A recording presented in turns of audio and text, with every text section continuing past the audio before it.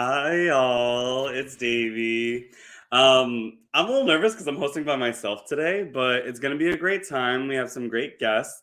A shout out to Mark in his new apartment. He's been moving, so he can't be with us today, but he'll be with us for the finale. And we might get a special guest later on. Who knows? Speaking of special guests, I would like to welcome two of the most amazing people in my life. One got me started on Survivor live reality games. One got me started on Survivor New York. And these two people have just been amazing in my life. So without further ado, I would like to welcome Bennett from season 4 and Louis from season 3. Woo! Yes, we're here. We're here. We're queer. Get used to it. How are y'all doing today? I'm doing great, Dave. Thank you for having us You're welcome. and for that lovely intro. Thank Louis? you. Fantastic. It was a lovely spring day today. It was a lovely spring day today. It was glorious. It hits different when the sun is nice. Mm-hmm. Really. Take that D anywhere you can get it, you know? Yeah, vitamin D all up in there. Wait, where are you again? You have a beautiful library behind you. Thank you. I'm in New Jersey right now. Oh, Jersey. I'm a Love it, Jersey love it. girl for the moment. Jersey girl for the moment. All right, we like to start off each of our podcasts with a special question. Because the theme of this season is Bannerman's Island, an artillery and an arsenal, if you will, what weapon would you both be and why? Louis, you want to go first or you want me to go first? Bennett, to you. All right. Davey, I thought long and hard about this, and I'm gonna be a wood chipper as a weapon. Oh my god. You would have to like physically bring somebody to the wood chipper to have it give any effect. You can't like run with a wood chipper, but once they're through it, like there is no question you will not have to deal with them again. And so you might as well get a weapon that you know is going to be, effective. And a wood chipper, you don't think of it. It's got some pizzazz. People wouldn't expect it. So that would be my choice. Wood chipper all the way. I'm stunned. We got Valencia in the house. She said, "Hey, family." We also have Kristen. Say hey, Kristen. Oh, hey, Kristen. She says, "Hi, panel. I love you all. We love you too." And then we also have Valencia again. Hey, Kristen. Oh, and we got Daddy Tej in the house. Love the wood hopper idea. Just hopping around on wood. Exactly. Just that. Just that. Yeah. Mm-hmm. And Louis, what about you? What weapon would you be? I too have been thinking long and hard about this. My weapon of choice is going to be really specific. It's truly the first weapon that came into my head. So I don't know what this says about me, but I want to be a slingshot that launches the watermelons that they had on The Amazing Race that backfired on the woman right to the face. Absolutely. Because it's fun, it's instantly memeable, you don't see it coming. It's all the things that I love. So, Louis, I assume you haven't watched the most recent MTV Challenge. I have not. So they had a girl. They had a girl on that who the scene was so hard to watch. Sorry, Davey. I'll get No, do it. I was gonna bring this up too. Excuse us, Davey. It was a very similar contraption, like a slingshot, but with basically like I think it was like actual golf balls is what it appeared to be, and it did the same thing and it broke her face. The scene is I want watermelons only. It was wild. That sounds horrifying. It was horrifying. It was sad. It was just every emotion under the book. It broke her face. Oh yeah, I'll send you the link later. It's crazy. Yeah. Like, we'll send it to you later. It's a good watch, I guess. Speaking of watch, look at Dad. Look at this iconic group. Hey, Dad. Hi, and Dad. by Dad, I mean Chris Lord. Hi, Father. Our Lord and Savior. Lord and Savior, Chris Lord. Okay, without any further ado, we are going to get to the finale part 1. A finale so big it had to be chopped up into 2 pieces with Bennett's wood chipper. And speaking of which, TJ has corrected himself. Way to go, Chipper. Thank God. Yes. That was humbling, TJ. Yeah, very humbling, right? The first episode part is called It's Finally Beginning. And finally beginning it does. We start off with a true pairs game. 3 guys, 3 girls, 3 girl-guy pairs, 2 Polypel, 2 Iona, 2 Asopus. The pairs game is making me creaming. What do y'all feel about the startup? Started the episode I thought was interesting because I think you get to this point in these live games where you're at like this, like top 6, and not only do you have like 3 distinct pairs, but you're at that stage in the game where everyone is just lying to everybody they're having a conversation with, and you're just having these like roundabout conversations where everyone's just like saying like different promises to different people. And it's just kind of like endless nonsense, which is interesting to watch. And it's funny to see like how it eventually shakes out. But it is just that point in the game where I think everybody kind of knows what everybody's perception is of all the other players. And it's just a matter of figuring out where the cards fall. Mm-hmm. I want to start off by saying that like I love this cast so much. It has been so entertaining watching them play. But to piggyback off of Bennett's point, like this part of the game really is just utter chaos. You're fried by this point. Mm-hmm. And it really is just about keeping track of what lie is where. And it really is just like impossible to keep track of. Like wheels are spinning at millions and millions of miles a minute. Yeah. Endless survivor nonsense. As Naomi says. Exactly that. Yeah. Maybe so much nonsense that she hops onto the pod. Anyways, so we have before we get into the challenge, I think somebody says, "Oh, I can't believe I made it to final 6," and everybody else looks around like, that's not me. I definitely have made the moves to get to final 6. I don't remember who said it though. Did anybody clock that? I feel like it was Annie or Kristen, and I might be wrong. Mm-hmm. I think chime in and correct me if I'm wrong, but I thought it was one of the 2 of them. But then they all went around and they did the classic thing that everyone does in these live games towards the end, where they say, "I'm just so proud of us, you guys," and then they like, lie to each other for an hour. That's great. Yeah, I'm so proud of us, you guys, and I'm gonna lie to you right now. Exactly. Yeah. Brian Meager says, "I don't think my brain has ever been more fried than it was at the end of Survivor New York. LOL." It's so and they're dealing with like the elements here. Like these people are wet. They're in a literal hurricane. Yeah. Mm-hmm. Literally. Insanity.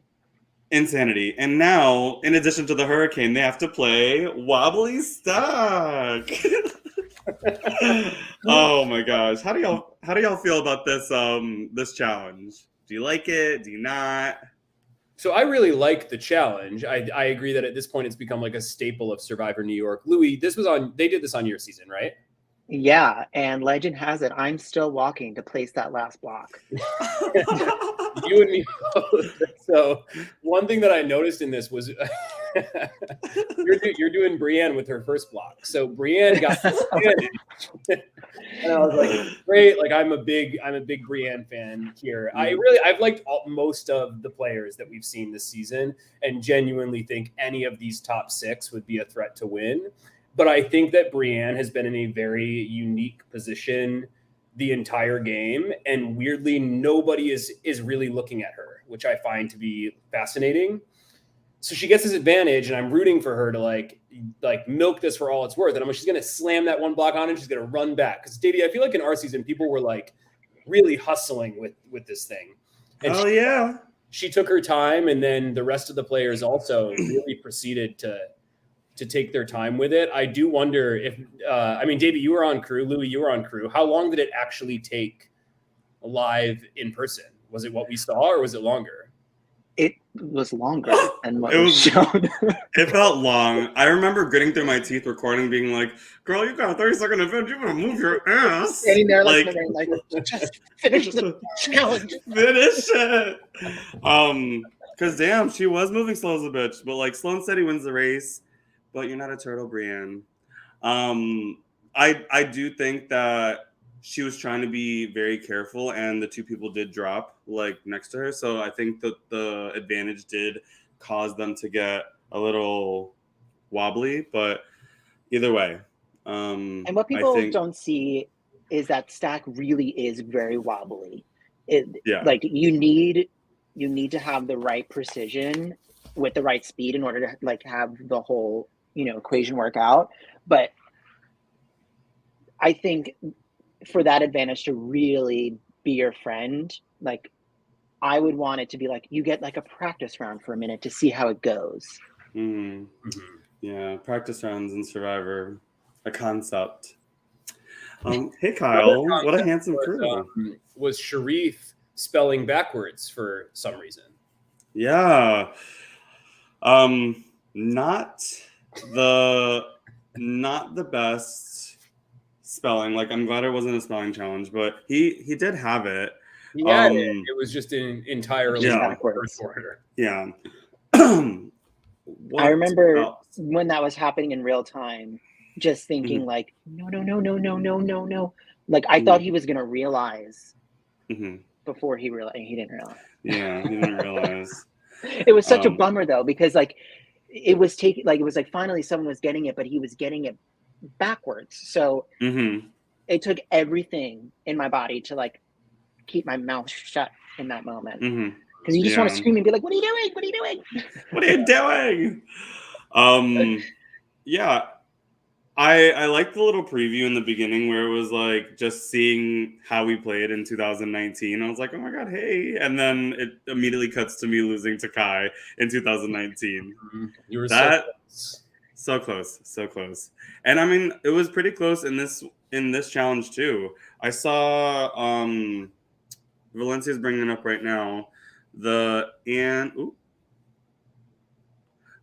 Stan Dan participant choice cracked me up. Because they kept falling. I think it was a really close match, and even at the last second when Danny like has it and then his stack falls, we had to go. I don't remember I don't know if you remember it, Louis, but we had to look at the cameras to see who won that and if he was able to have it correct. Yeah, it was a really close call. That whole challenge was a nail biter. The whole thing. Yes. Yeah. A long nail biter, but it was a nail biter. It was a nail biter. The fingers were gone by the end. It was, no, I had no nails. Yeah. They just grew back this year. No. You also heard everyone that was watching, cast, crew, jury, whoever was playing or whoever was watching, people just going, ooh, every time they fell. It was really funny. It was definitely a sight to watch. Sharif spells renew and or Sharif, but at the end, Danny pulls it out. Do you think that Danny needed this immunity? No. That's it. No, I don't think so. No. No. Next question. It seems like he's under the impression that he did, but it seems to me like the target, I think, would have still been probably Kristen in terms of like who the green target is, because it kind of seemed like there was a different target for each of the pairs that was happening.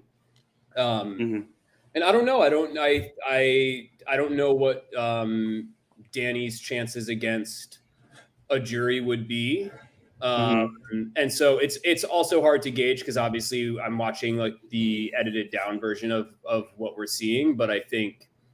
Yeah, I don't get I feel like Kristen probably needed it more than him, but I do think almost everybody could have used the safety at this point because it just felt like the target was floating from head to head as it went. But I think between the two greens, it seems to me like Kristen is more of the threat, at least in the remaining players' minds, more so than Danny.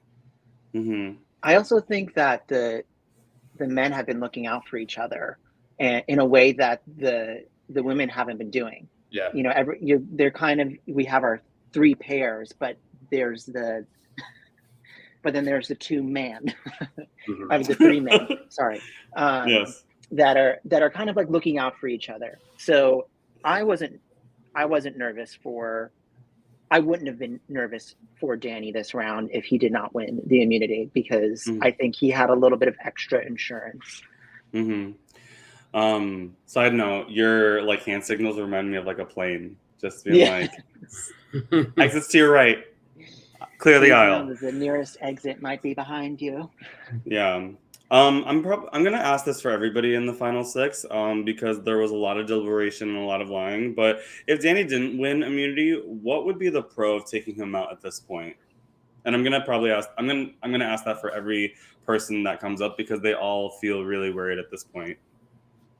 I feel like at least from my perspective and what seems like the perspective of the other players, the advantage of getting Danny out now if he didn't have the immunity was because he's a likely threat to win other immunities. And it doesn't necessarily mean that he's a threat to win the game if he gets to the end, but thinking of somebody who has the ability to win immunity after immunity after immunity, suddenly they are then a factor that you have no choice but to deal with as they move further and further into the game. And so I think that's why people see him as a threat, is just because he could go in and potentially win more of these challenges. But I think, as we've all seen both this season as well as in previous seasons, like, these challenges don't necessarily come down to, who everyone thinks is going to be like the go-to winner of most of these challenges. And especially if there's like a puzzle component, things can very much get evened out. So I don't know. That's kind of the vibe that I got, but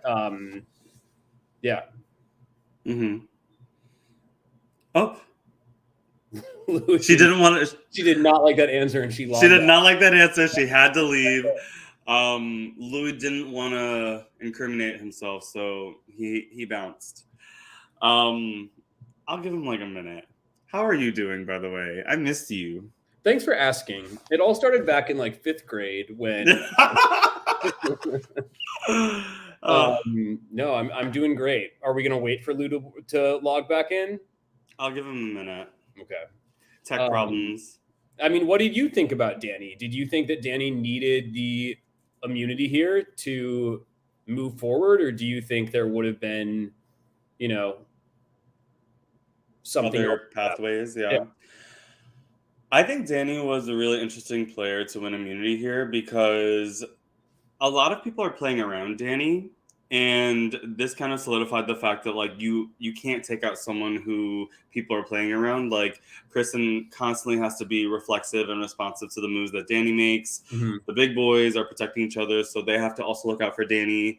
And so for someone like Annie or Brienne to be like, why don't we just get rid of Danny right now, because it's so enticing for them to be able to knock him out. For him to win immunity, I think, was really important, because they could have essentially flopped back and gotten Queen. Oh my God. Mother has arrived. Hi, babes. How's everyone doing? Oh, we were good, but when we didn't join, Louis said he's out of here, and he dipped fast.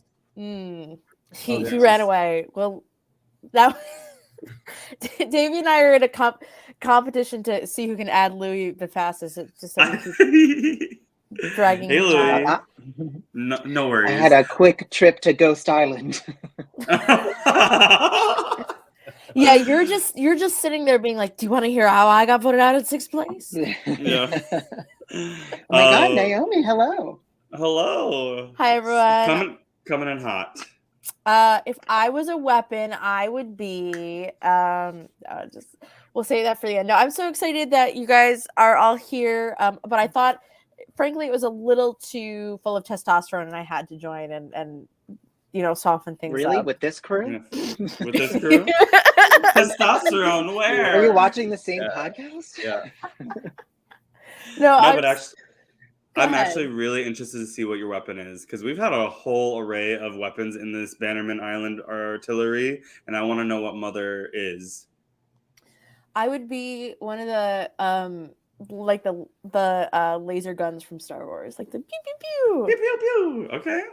I just think it's fun and not so messy. You shoot someone with one of those, you don't have to do any cleaning. Because that's what I'm worried about most, just having to clean up after my own mess. Because when I'm in danger, I'm thinking about the mess. Yeah. I want to kill you, but you're so messy. Just kidding. I would kill you, but I'm not cleaning it up. That would be very much me. Yeah. Yes.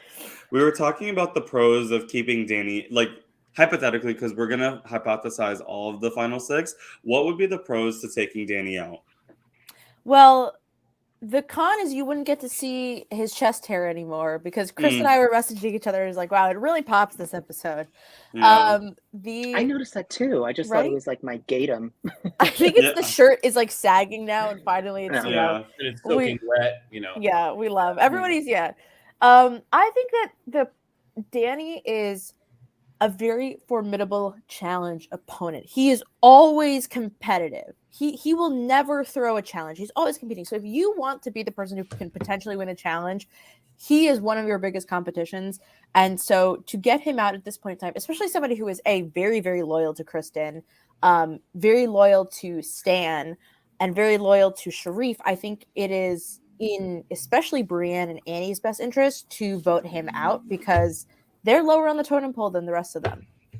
Mm-hmm. I also felt like to a degree it was in Kristen's best interest to want to take Danny out. I find the relationship between Kristen and Danny to be very interesting because in these other pairs, like especially looking at the blue pair, Brienne and Sharif, the thing that I noticed is unlike the other pairs, they were not willing to budge on each other, it seemed like. Whereas the others, and Danny and Kristen especially, I mean, Danny's ratted Kristen out for her idol. They have not voted together at every tribal council. This one in particular, apparently, as we saw, like that name was not given to Kristen at the last second, it seemed like, which may or may not have been intentional. I don't know. They're a very interesting pair to that point, and I think that there are ways that maybe Kristen could get herself ahead by cutting Danny, but I don't know. They're an interesting combination, the two of them. I think that Kristen is one of those people who like would benefit from Danny getting voted out, but she can't be the person to do it. You know that like the really convenient way of being like, oh my God, you got voted out. That's so sad. You will vote for me, right? Like it's very that. Yeah, very that. I think it'd be bad if she had, speaking of mess, the blood on her hands of Danny going, because I feel like he could be one of those people that goes back to the jury and is like, listen, and just badmouth the whole situation. But that alliance does really feel more like it came together out of necessity and not as much as like it was built on a foundation of trust and loyalty, which the other ones feel like a little bit more sturdier in that way. So they are a very interesting duo for sure. Yeah, I love their dynamic. I'm obsessed with them. Like I mean, Davey and Louis, I love how talented you guys are as like filmers and making these seasons happen. And the footage of Danny and Kristen is always giving. It is always like at a 10. It is like Kristen being like, you left me out of the vote. And Danny's like, oh, I guess I did. And like, you ratted out my idol. It's like always so good. It's so juicy, a spicy meatball. Yeah, and I just love, especially as everybody starts to sort of become little rain trolls and they're like trying to stay dry. Everyone's got to like either huddle under the tent together or like get really close because you can't hear anything. The footage is really this finale is going to be so funny. Like the next part is going to be hilarious. I can't wait for everyone like to this is like going to be, it's going to rival the live action Little Mermaid with the amount of water they're dealing with. No CGI here, honey. No CGI here. So speaking of pairs, because we've been hypothesizing Kristen and Danny's relationship, Kristen starts she starts putting out the blues where she's like, I think that we really need to take out either Brienne or Sharif. If you were in Kristen's position, who would you take out and why? Brienne or Sharif? No, you gotta choose one. You gotta pick one. You gotta pick one and say why. Between the two, I would go. Honestly, between the two, I think I would take Brienne out before Sharif. Ooh. I just feel like, and obviously she played her idol this time, so but like at top 6, if I knew that she had an idol, of course, go for Brienne. But I also feel like they've played a very similar game. And while she hasn't necessarily been on the right side of every single vote, I think the only one that she's docked on are like the early ones from like their starting tribe, whereas he has. I do feel like there's something to be said about the fact that like her name has not come up that frequently, and she's consistently with him on the right side of the vote. So I think I would go Brienne between the two of them. Mhm. It's hard to it would be a hard call for sure, because both of them have pros and cons, and it really is going to be a crapshoot between the two of them. I lean more towards, I think I get rid of Sharif. Especially, it's been so fun to watch Brienne's journey, because the very first episode, she kind of has that hot mess moment when she is separated from the tribe. She finds the idol, she lies about it, but then she comes and tells the truth about it, but it just kind of leaves a mess, where I feel as Sharif kind of, helped smooth that over for her, and played a lot less of like he was able to swivel a lot more silently than I feel like Brienne has. But Brienne's been also, I mean, they've both been playing killer games, but I think Sharif does a little bit better with speaking as well. He has this commanding presence. And I think Brienne has really found her footing at this point of the game. But I feel like Sharif had that kind of calm, commanding presence from the start. And I think that would worry me a little bit more. And I feel like I personally would feel like, okay, maybe I can out-talk Brienne a little bit. Yeah, I if think it came to the end. I think Brienne's in a tough spot if she, and this is why the last couple have been so interesting to me, is I think if she goes to the end with Sharif, she's in a really tough spot, because you're then with your pair, you have to differentiate your game from the pair. And as you said, Louis, like he has shown to be like a pretty good talker. That said, as you mentioned, if Brienne's going to the end by herself, she has that great story of somebody who started off and like she absolutely does. She's playing a great thing, but then has somehow built really good social relationships. You look at the people on the jury, and I think a lot of people on the jury would feel more prone to vote for somebody who has that sort of story versus being somebody who was just dominant like through the entire game. So it's an interesting point to be in, but I think like, yeah, that's one thing that I wanted to get everybody else's take on too, is like, what are people's thoughts on the two of them looking to go to the end together, knowing that they've played like, I think, a pretty similar game in many ways. Well, I think that Brienne is currently being like overstepped. I think that not a lot of people are actually listening to her and what she has to say, because it's been floated around a little bit, and I don't know that it comes across totally in the episodes, but I do think that all of the women in the game at one point were looking at each other like, should we work together?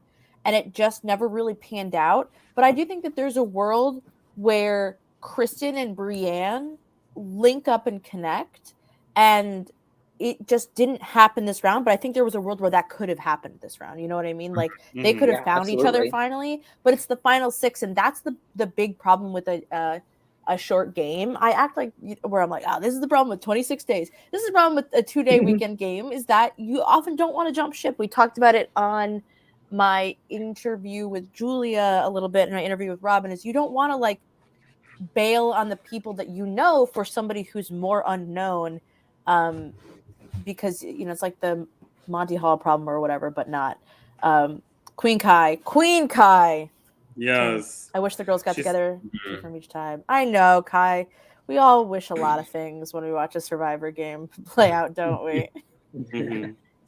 Yeah, I mean, we see both cases like being brought up, like Brienne being the social jury threat manager, and then we also see Sharif being a physical comp beast and also like a commanding presence. I mean, it is really interesting to see both of them like up for elimination in this round. Valencia also says, I always thought that Brienne and Kristen should have been a duo. Boop. They would have made a good duo. They would have. We'll see in finale part 2. I'm also seeing pockets of like these alliances coming up. We see Kristen, Danny, Stan final 3. We see Stan and the big guys. It's just really interesting dynamics in the final 6. Like when we talk about the pairs game, we don't also talk about the underlining pockets of 3. It's true. I think that what we know from Survivor 41 through 44 is that if you're in a group of 6, you got to have the other 2 that are with you to pick off the other people. And this is no different. And I'm curious for Bennett and Louis, especially Bennett, like, who would you want to be in that 2 with you? Of the final 6, who do you want to be with you? Of this group, so are you saying who I would want who the other 2 would be if I was in a group of 3? Yeah. I think looking at the way that the jury is stacked up and the way the final 6 is stacked up, if I was in that group, I would want to be going to the end with probably Danny and Kristen, because I think if you go as a single person with a pair, you run the chance of the pair splitting the vote on the jury a bit. I think that Kristen being on the wrong side of the vote enough times, despite, and I will say, her perception on what's happening and where people stand in terms of strategic threat has been spot on the entire time. Somehow, she winds up on the wrong side of the vote in many cases. But her read on it has been spot on. But I think those 2 at the end would be probably the ideal scenario for most people left in the game right now, just based on my read for it. Louis, what do you think? It's kind of hard to answer because I think if I was in the game, like, who do I take the spot of, and how have the relationship kind of like shaken out throughout the game. I want to say that out of the 6 at the top of this episode, if I had like my dream final 3, I would say maybe Annie and Bree. I think that would have been the 2 I would have wanted to take in with me, for kind of a myriad of reasons. But I think that's what I would try for, and then pivot as needed. One thing after this vote, I would have to pivot. Yeah.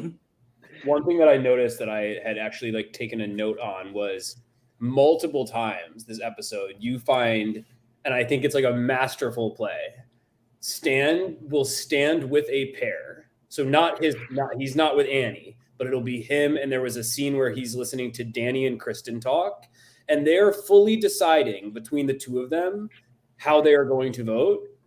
And he's standing right there. And then, of course, they turn to him and they're like, what do you think? And he's fully on board with it. And so suddenly I think Stan has put himself in a position where he's with the sort of pairs every time they've made a decision. And even if they're all lying to each other, at least he knows what all the different lies are. But it was just funny to me to watch. Like, and it is, again, like kind of the stage of the game that you're at where you just kind of like linger. There's even a shot at one point of a pair talking, and Annie is just lingering in her pink raincoat in the background, which I love. Like that sometimes where you're like, I'm just going to wait for these 2 to finish. But Stan just kind of like stood alongside some of these pairs and listened. And I think that's like an interesting way in such a tight group to get some numbers on your side, or at least get some information as to what's going on. Yeah, I think that about Stan as well. For it. Exactly. Nobody's looking at him. Yeah. It's crazy. He has his foot in every conversation. Foot in that one, foot in this one. Well, I think Brienne hit the nail on the head too. I think Brienne was the one that called attention to the fact that Stan says at almost every tribal in some way, shape, or form that he has no idea what's going on. And she's like, he's been on the right side of these votes. He knows exactly what's going on. He has a relationship with everybody. And so it's I think he's playing a very good game, but I think of the 6, he's one of the people that I would say absolutely not would be on my short list of going to the end with. Yeah. He's got to be careful with that. Yeah. Yeah. Historically, I've seen Stan try to like bulldoze his way towards the end because he's very tunnel vision with that. It's kind of like what happens when he snaps on Veronica when Veronica says his name, because it's the first time he ever feels like he's in danger. And so I think that it's interesting that no one's saying his name now, though I do think that he's going to be in very hot water like going forward. Though he is positioned really well, literally and physically, with the pairs left in the game, I do think that people are still looking at him. And with Brienne planting that seed in that confessional, I wonder if Edgic will illuminate that. There's no Edgic. Bitch is talking about there Edgic. There is no Edgic. It's Shut called up, Mom. I filmed shit. It's called that. Like, what do you mean? Like, I can't Australian Survivor purple edit somebody. You know what I mean? Like, The says it all.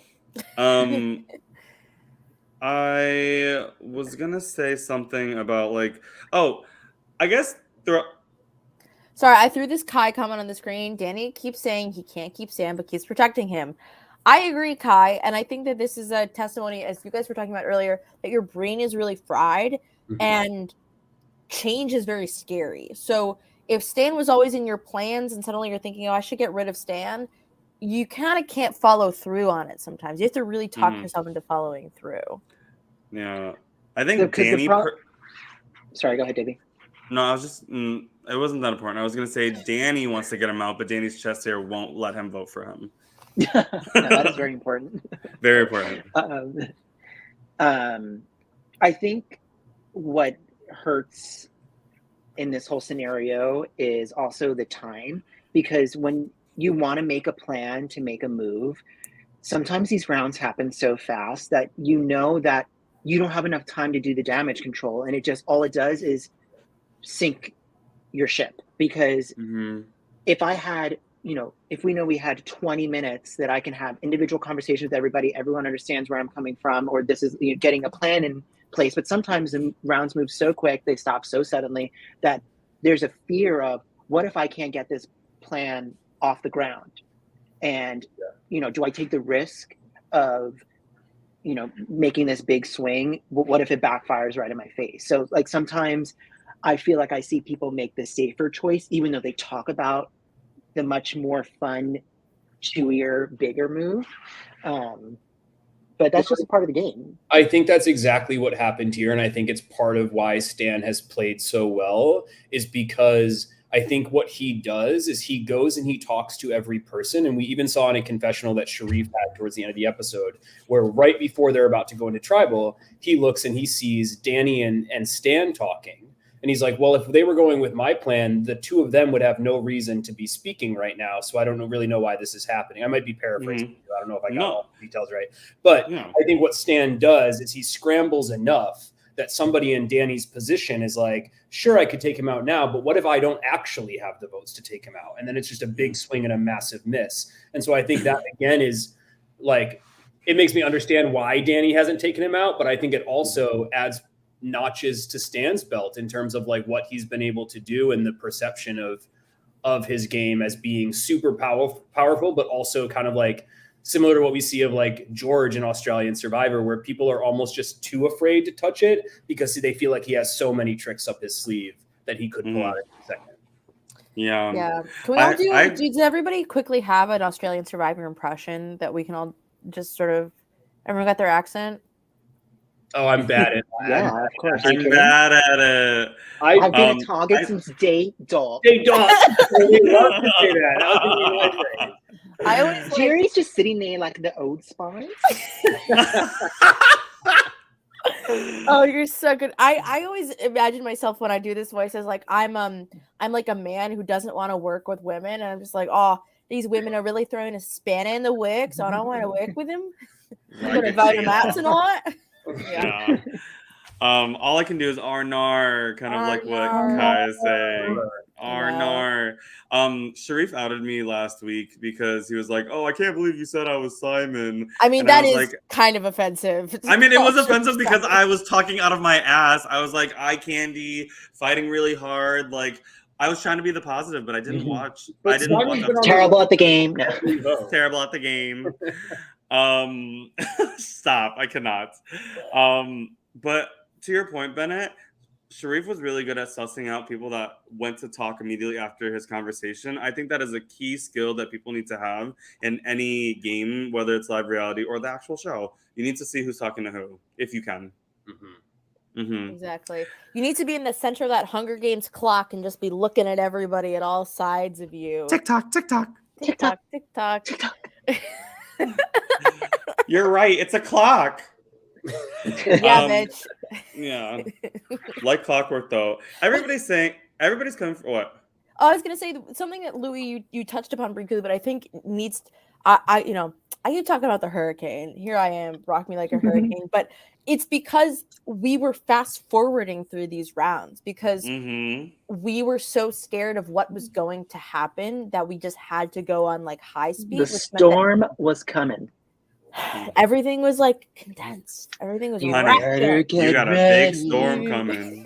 Which is also just Honey, you got a big storm coming. Because even with that timeline, it seemed like every single person's name was thrown out this round. Yeah. Messy. I think it is really messy. Oh, Kristen, I actually didn't know Stan wanted me out until I watched the episodes. I like that you did the little add-ons. Yeah. Speaking of which, I just don't understand. Like at this point, I think that Annie is someone that I would go to the end with because I feel like she is someone that has a different enough game for me that I could put up a case against why I played the better game. But everybody seems to be like wanting to do the easy vote at 6. I don't think that Annie. I mean, I guess Annie is an easy vote, but by wanting to target Annie, I feel like they're playing on hard mode on purpose. What do you feel about that? That's a great way of putting it. Yeah. Right? Like. I agree. I think only great people go out at 6. So I mean, I gladly welcome Annie to the 6th place club. Yeah, come on, 6th place club. The sexy 6, yeah. The sexy 6. Who was 9th place? Who do I get the 9th Robin? Place? Robin. Oh hell yeah! That's 6 and 9, baby. 6 and 9. I don't remember who was 9th in my season. But yeah, I think that the Annie vote was interesting. It also just didn't seem like there was much conversation around her name. Say it again. The Annie vote to me was like, I don't know. I didn't expect that going into tribal. Yeah. And then, I mean, not only that, but then you also had an idol used, which, was great, I think, for everybody else in the game. Maybe not. Did Brienne have one more tribal to use it, or was this the last one? She had one more to use it. It's going to be interesting to see if that comes back to bite her in the ass.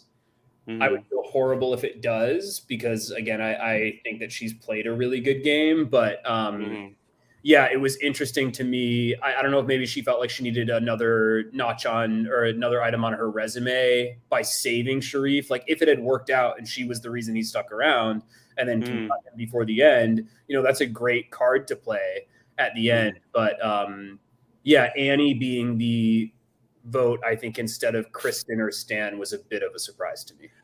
Well, I was just going to say, Davey, that I think that you're describing it so well in that it's not necessarily that Annie is like an easy boot. Like people don't want to work with her. People do want to work with her, but she's so like, remember that Stan, Danny, and Kristen and Brienne all come from a swap tribe together. And Annie and Sharif come from the other tribe, where Annie, I think, was not as quickly integrated into this group of people as Sharif was. So Annie's kind of like last one in, first one out, versus this idea of like, why not utilize somebody like Annie to take out somebody that you see as an enormous threat in front of you. And I remember being gagged when Annie was voted out because I was just like, that was the wrong move for so many people. Yes. But there's only 2 more votes to go, so you really had to know what you were doing with your intentionality of your votes. Yeah, it just goes back to why would anyone do an easy vote at Final Six? Yeah, I feel like Final Six is really pivotal because you're essentially setting yourself up for the finale. And I stand by my statement. I think voting out Annie made them play hard mode on purpose, and I wouldn't want to do that. Yeah, so you're saying Kyle should have kept you, and Kyle would have won? Kyle doesn't know if he could have beat me or not. The world may never know. The world may never know. I mean, I also I don't want to. No, I was gonna say something about wishing this tribal would have been a 3-2-1 because that would have been a chef's kiss. But I will say the amount of times that I don't know what is more on the count. The amount of times that Kristen has voted wrong or the amount of misplays Brienne has had. I love the girl so much, Brienne, if you're listening. I love you so much. I just think that it's been really unlucky. Like, you've been finding idols, that's awesome. But I do think that the misplays are, I think, notches against her. In the same way that Kristen voting incorrectly is a notch against her, even though she has great reads.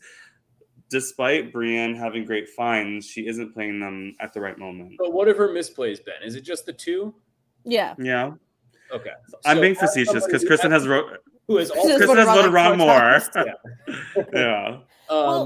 I think Brienne now has a tougher pitch come the end if she is to get there, right? If she had just the blunder at the beginning, I think that to a jury is a pre-merge moves, I think, are much different than the stuff that happens in the end game. And especially if you then go 2 for 2 with a misplay, you suddenly have, I think, a little bit more of an uphill battle than maybe she had before this round.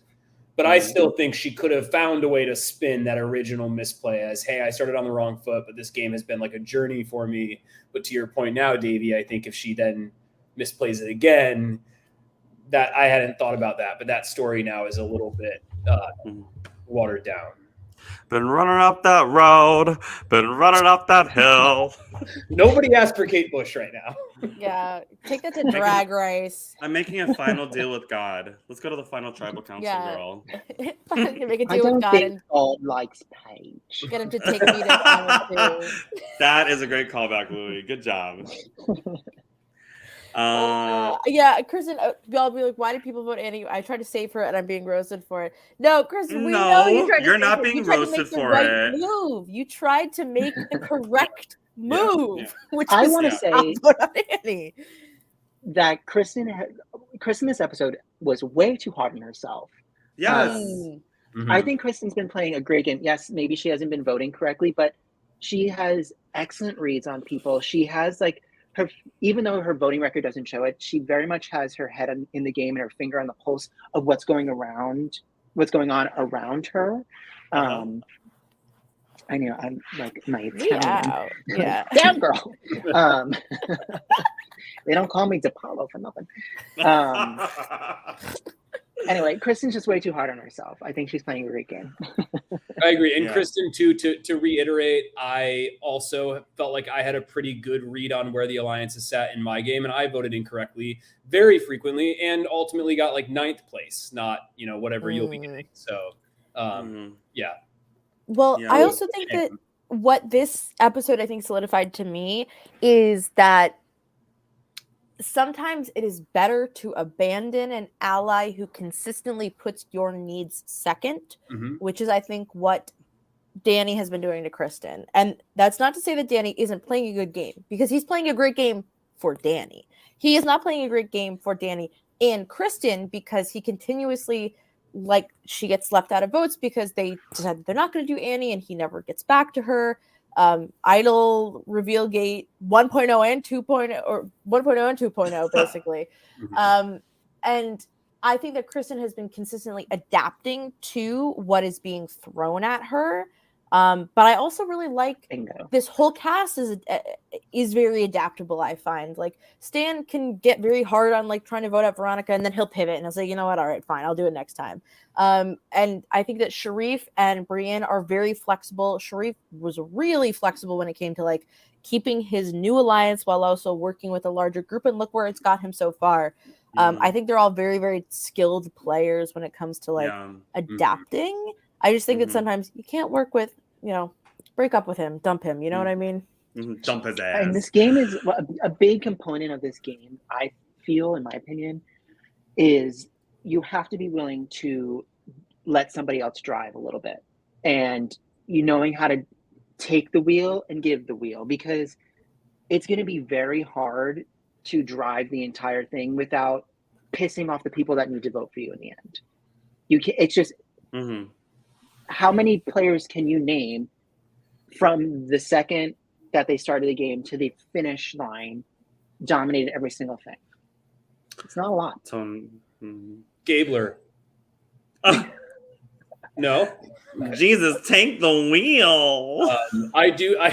Sorry, Naomi. That I think the other thing that's funny to me about Danny this episode, and I relate, is his delivery is getting a bit spicy, and and I know how it goes, but that's From one Spice Queen over here. And I think that's part of the reason why, looking at both him and Kristen, I think, like, to me, Kristen seems like more of the threat, because I think, Louis, to your point, when you're in or feel like you're in the driver's seat and you're playing a great game for yourself, you can get frustrated in times where you feel like that path forward is suddenly being muddied by other people who are in the way or other plans that are popping up. But I also did want to commend Danny, because there was one point where I think it was Stan came to him and they had just talked about a different plan. And Stan comes up and it was like him, Danny, and Sharif. And I think he brought up like the guys' plan. And Danny was like, yeah, no, the three of us are together. And it's just like that point in the game where your brain is so fried. And then on top of it, everyone is just lying to each other. And it just gets exhausting. And I feel like Danny kind of hit that wall this round of like, can we just get to a plan and stick with it? Because there were so many things flying around. So I sense his frustration, but I also understand and relate to the frustration in many ways. Yeah, I mean, it's Final Six. You got to get spicy. I agree with your sentiment. I think going all the way back to what we talked about for Kristen, I think Kristen's reads were really great. It just was unfortunate as a bystander that Danny was always looking at the big boys and kind of prioritizing the big boys and not hearing out on Kristen's great reads. Because I think even from the beginning of the episode, Kristen was like, the Blues are running everything. And Danny's like, okay, Annie, right? It was like, it was intense, but he drove. He drove that bus He's and driving. drove it right over Annie. Move that bus. Can I tell you the one nice thing about Annie getting voted out, which is not many, is that Annie has some looks to serve. Oh my God! As a member of the jury, multiple looks. Multiple Even looks. in the rain. Even in the rain. Even in the Her rain. heels were sinking into that mud and she did not stop serving. Like, you gotta respect it. Like, honestly, looking forward towards next week, looking at her looks. Oh, I can't wait. No, I'm excited. She started off the game with some great fashion choices. She is ending this game with some great fashion choices. I love Annie so much. I love her so much. Can we take a moment and LOL at the moment where I think it was either Kristen or Brienne went up to Annie and were like, you haven't been looking me in the eye. I can't trust you. And she was like, yeah, my contacts have been bothering me. I gotta find it because I sent that because we were talking about here are some alternate titles. Kristen, I know you're not looking me in the eyes right now, and then Annie says that and she goes, I can look you in the eyes. Like, well, let me look you in the eyes. Pull the plug. It's just like my favorite excuse for anything now. I don't even wear contacts. I want a screen grab of Julia holding her idol being like, why will none of my allies look me in the eye? And then I'll make Annie it a GIF, yeah. Yeah. And then Annie being like, oh, sorry, my contact's been bothering me this whole time. Hang on, I've got it. You got it? Just sad Julia. Sad Julia. Please bring back Julia. I love her. Bring back Julia. Yeah. Her the conversation we had, she's incredible. She's so smart and like if people haven't listened to her talk about the that was a good combo. Yeah, and she burps a bunch and it's really funny and I love her. Oh my God, the burping was cracking me up. I wanted to make like a super cut of just all the burps and I was going to send it to you, but then it was just too much time to do. Yeah. But I was cracking up. The first one, when it catches you both off guard, just like the sorry. It's like, yes. Oh, this is why I love this experience, to get to spend time with people like us. I mean, going back to the push and pull challenge when Stan says like a really funny like joke during the immunity challenge, and Julia just bursts into laughter. She goes, ah, ha, ha, ha! And it's so echoey and just highlights her laugh for the first time. Oh, I could not stop laughing behind the camera. Something I wanted to ask, especially Bennett, is I don't know if you guys have talked about this yet. Is who on this cast do you think you would have wanted to work with if you had played this game? Like, who were you drawn to in the process of watching this season? The whole cast? Yes. I would say maybe I should just pick one from each starting team. From Green, it would be Robin or Kristen. From Blue, probably Kayla. Honestly, she's just so fucking funny that I like. Ledge. Legend. And then from what's the other one? Purple. Yes. Purple would be Julia. Ledge. Yeah, I just feel like they were all. They all seem to have like a good read of what's going on.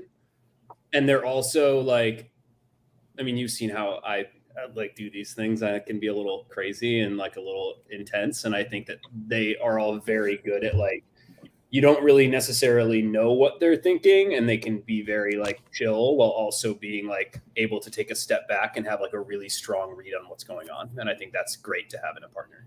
Yeah, I'm also now remembering the lore that you worked with Talk Show and Survivor Brooklyn South 4 or 5. Yes. That the lore of the cross, you know, like it's like the Marvel universe. You got to watch the movies and the TV shows, like that kind of vibe. Wanda?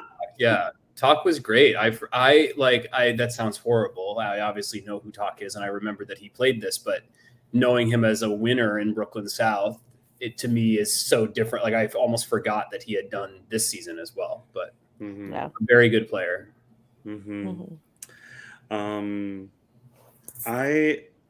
I think that I'm aligned with the choices that you chose. I liked everybody. I'm too biased to even say my opinion. I know, it's so hard. When you're there, you spend like the whole weekend with them. It's like, yeah. Especially Louis, like you with the Ahsopas. I felt when Ahsopas won their first challenge, God, after being such flops for 2 episodes, I was like screaming inside. I loved Ahsopas so much. Mm-hmm. I loved them so much. I mean, it broke my heart every time we had to go to Tribal Council because I was like, I don't want to lose literally any of you. Yeah, I can't. I'm too biased. I love them all. Mm-hmm. Well, the first vote is always so painful. I think for everybody involved. Yeah.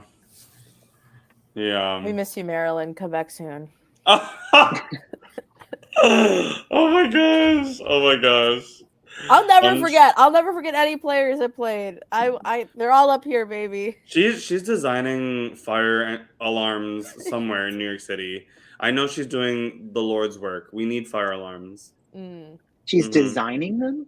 She was like, I don't know. She like worked in. She like was like an engineer or someone. Like she made fire alarms.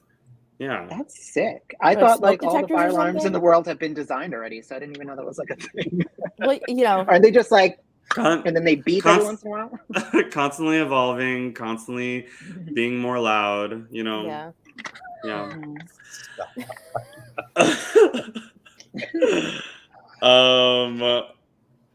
I think the only thing left to talk about is just like the votes. I feel like the tribal was really, really funny. Everybody was sharp to the point, didn't really had any cards, but still left an air of, I don't know who I'm voting for, wink. And then we get to, that was funny. Chris, I have no idea what's going to happen tonight. Chris, I have no idea. Chris, don't I haven't made up my mind yet. You know, I feel like I love doing an impression for you guys. Like, you know, the vote's just gonna come down to like trust, and like it's really up in the air for me right now, and it's all I can really do is think about who I trust the most. Yeah. Okay, girl, we got it. You trust someone. Move on. Yeah, but do you trust them? But do you trust them? I really loved Kristen's vote confessional. And although it was a misplay and I ragged on you for a hot second, I love you, girl. I think when she pulled out the idol, everybody's like, what the fuck is she doing? Where did that come from? I think they were all very surprised with that. But Surprise, surprise, to surprise. it. Yeah. I think it's going to be very interesting to see if we get a final tribal where people's brains are so kaput that like there's no. I mean, remember we got to that point in season 4 where I think it was Andrea at like the final 4 tribal, like could not. She got like midway through a sentence and like she herself was like, "I'm sorry, I forgot." I think it was Andrea, right? Yeah, I think so. She fully just started laughing because we understood. Like you're just like shot, and I feel like the gameplay this season has been so fluid and has been moving so much in so many different directions, and there have been so many like little pair alliances along the way that like coming up with a concise way to share exactly what you did in the game and what your path to the end was and why they should vote for you. I think that in and of itself is potentially more difficult than actually getting through the next couple of rounds in many ways. Like I've said it, I'll say it again. I Say it was again. so glad that I didn't make the final tribal council of my season because I wouldn't have been able to speak. I wouldn't have known what to say. My brain was just mush. It was full mush. Yeah. I barely like could listen to the final tribal council. So like when I came up to like I remember when I got voted out, like come up with a jury question. I was like, first of all, I was like, we don't even know who's in the finals yet. What do you mean come up with a jury question? Yeah, it was a mess. Everything was a mess. My brain was a mess. I've never recovered. Yeah, I will never forget that you told me that you cried at work like the next day. And I said, yeah. My brain was such a mess that I had almost forgot to will the advantage that I forgot that I had in the game. Yeah. Yeah. To your loved one who was still in the game. Yeah. I had already showered and was like, oh my God, I'm supposed to will an advantage. Yeah. That's what we're talking about. My brain was so fried. I was saying my final tribal council speech as the plea to keep me. And Bennett's on the jury like, shut the fuck up. What are you doing, girl? And I was like, keep me, I've been playing like a really good game. And like, oh my God, why the fuck did I do that? I love Davey. It's one of my favorite things is when you're trying to get people to just vote for Andrea and you're essentially like, vote for Andrea just as like a last minute, like just as like a nice exit thing for me, please. And there's definitely not going to be an extra vote on her. Like you're really like trying to be as subtle as possible, but it is so obvious what you're asking everyone to do and why you're asking them to do it that they're all like, "Fuck no." Me subtle? Hell no. Not my first time around. Yeah. Yeah. And unfortunately, Annie goes home 4 and 2 nullified votes. Let's give Annie her roses, her accolades, if you will. R.I.P. Queen. You played a great game. You played a great game, sweetie. Best supporting Stanny in a season goes. Best supporting Stanny. No, Annie, I've known of you for a really long time. And when you came down that hill and Chris is back. Oh, what? You're like giving a wedding speech. Like, yeah, Annie, from the first time we met, I knew you were I'm special. giving roses. Hop off my back. When she came down that hill with her bell-bottom jeans and her wedge flip-flops, I knew a contender, a winner, an icon had stepped into the game. And I think that you did a really great job, balancing that being a decoy act. Because if I was the decoy for, 11 rounds, I would probably like jump off. You better tell your friends not to vote for me. You better tell your friends not to vote for me. That was only one round, and she barely did that. Better tell your boys not to vote for me. Sarah, what? And Annie, I really appreciate the humor and the like iconicness that you presented this season. You will always be remembered, and I think a lot of people will remember this vote because it does have some resounding consequences for 2 other people in this game. And if Annie had made it to the next round and then she found a way to cut Stan and put Stan on the jury, I feel like Stan might have voted for Annie at the end. And I think there's a bunch of people on that jury that could have potentially voted for Annie at the end. So I think she had like a very viable path to the end and potentially even a win, depending on who she's sitting next to. So I remember the first time I saw Annie, and it was the similar situation. I remember seeing her with the bell-bottom jeans and the wedge, sandals. I remember thinking like, really? I was intrigued because I was like, it seems like a little left of center for what we're looking for. But it was amazing. Watching her game was so incredible. It was so fun. She was entertaining from start to finish, and the outfits were serving the entire time. And I wouldn't have wanted to change anything about it except for maybe Annie winning. Like, truly. It was so much fun. Like, 10 out of 10 character. Person, human, player. Person, human, player. I think also that Annie's ideas, I think, are very on point, and I think that you could watch her and look at her and make assumptions based on the way that she talks and the way that she looks, that she doesn't have the survivor brain, but she absolutely does. And I think that a lot of people did her a disservice in how they perceived her. And I think that what this season has taught me about Annie is that she is like very, very, very much not a backseat driver. She is like, she is driving the car. Maybe she's like secretly like holding the wheel behind you where you think you're driving. She's really there. She's in it to win it. And I always really admired that about her. But I also think that she took her exit with a lot of grace that I don't think some people necessarily could. And I'm very happy that she was on this season. Very happy. When she applied, can I tell you, when she applied, she listed her job as future divorcee. Of course she did. She came all the way from Florida to play, right? Yes, technically. I mean, she knew a lot of people and like new friends in the area. It wasn't like a crazy trip for her, but yeah, I believe she was coming from Florida. Yeah, I mean, still impressive. She really blew expectations out of the water, I think. Like a hurricane. She came in like a hurricane. It was, I mean, it was really just a fun journey to see, and I think a lot of people should be, proud of the game she played. Yeah, I was really happy, like towards maybe the beginning of the merge, or like, actually, not the merge, like the swap, when she first started getting decoyed, and she's like, I know what's going up. I know the game that they're trying to play. And then her eyes were just like, I don't want to be the decoy anymore because eventually I'll go home. So I'm going to do something about it. That was really fun to watch. Yeah. Okay. That concludes part 1. It's finally beginning. Part 2 is called I Don't Want to Lie to Anyone. Kristen and Danny end off this episode with Kristen being like, I guess you forgot to tell me who to vote. And Danny's like, babe. No, I'm just kidding. We have a question from Dad. Chris, if each player left was a Drag Race girl who was also left, who would they be? I can't believe you're making me admit this, but I haven't watched Drag Race this season. So what? I know. All I know, Danny's Lucy LaDuca.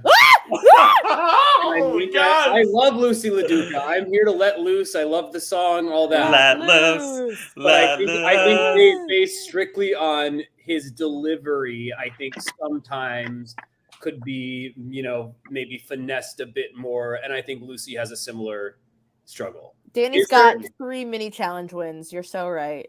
Is there a Sasha Colby this season though? Who would the Sasha Colby be? I mean, I think in a lot of ways that like Stan is like the veteran. He has probably played. Him and Kristen are probably up there for the most amount of games they've played. But is anybody saying mother when Stan walks into a room? I can't say. More like motherfucker. Oh hey Stan, what's up?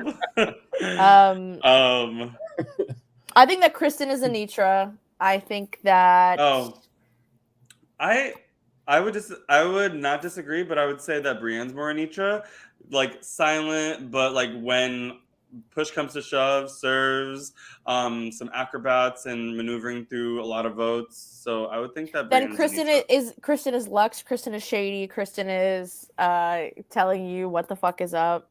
Mhm. I also feel like Brienne can be low key shady though. Wasn't there a clip of her in the finale preview where she called a bunch of people stupid as a joke?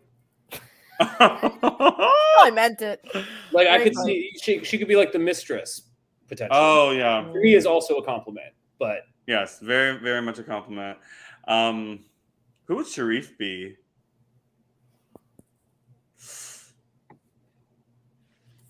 We're just gonna call him Selena S titties, and he's gonna get mad Selena all over City's again. gonna be like, no, I'm not calling. I think in a You trying I mean, to I guess remember it- who I else guess is in- left? I guess in a way, Maybe Sharif is Sasha Colby. Who knows? I think Sharif could be Sasha Colby because everyone on the jury has been like, oh, Sharif. Like, I think that's what Kristen had read him to be as a jury threat. So maybe Sharif could be Sasha Colby as well. Chris, when are the twins going to come and guest host a challenge on Survivor New York? They're going to trot their way all the way from Long Island, all the way up to upstate New York, and then they're going to be like, for today's challenge. Yeah. are it'll they be from great. Long Island? Aren't they? Or from Staten Island? Long Island. I swear to God, they're from Long Island. Like, Oh, don't I had they? no idea. I think I'm it's a Long twin Island. from Long Island. There you go. Mm-hmm. Mm-hmm. Well, I just want to say, Louis, first of all, thank you for all your assistance on the crew, because I think that having you on 4 and 5, I really missed you this year for 6. Last year for I'm 6. so sad I missed it. But I really appreciate. I was going for a little walk. And you got lost. You called me. You were I got like, lost. Where am I? Yeah. You were walking children in nature, yeah. And I don't see you walking children in nature. I really appreciate it. And Bennett, also, I feel like you were a very good sport about a season about Survivor New York 4, where sometimes it was a very difficult road, I think, for you in some ways. In that I think season. I earned it in many ways too, so it's fine. But if you guys are I love taking it. crew applications this year, do let me know. I'm like never around the week that you guys do it. It seems, but if you guys are doing 7 this summer and there are slots open, See, I thought you'd be doing Survivor South Africa then. South Africa, since you just got back. oh yeah, no, I see. Yeah. What you're doing there. You No, see I what haven't. they're I haven't started desperately applying to international seasons yet, but probably in like the next year or so. We're close. Yeah. Yeah. Louis and I are The both. South African accent though is much harder to do. Oh, it's like they're all different. They're all like They're all like- doing their own thing. I have to say like pinty. Like I have to like snap. I love the host. I can't do it live, but I haven't watched Survivor South Africa. Okay, we know, David. We know you have. Sorry, I'm sorry. I'm a little. It's okay. busy. Let's go to bed. Yeah, let's go to bed. All right. Thank you so much for hopping on this pod for finale part 1, Bennett and Louis and Mom. Where can people find you if you would like to share socials or anything? They don't need to find me. Yeah, don't perceive me. Yeah. Okay. No. I'm like, well, you can find me at. Yeah. If you want to hit up anybody, you can just hit. Just DM type in me and Louis, I'll literally share. anywhere. Yeah, on the DM me daily and account. I'll connect y'all. Yeah. Yes, Valencia, like and subscribe to become part of the Silent Podcast family. All right. And with that, let's see who wins in this next finale. Good night, y'all. Good night. Let Bye. loose. Let Go loose. subscribe. Let loose. How do I leave?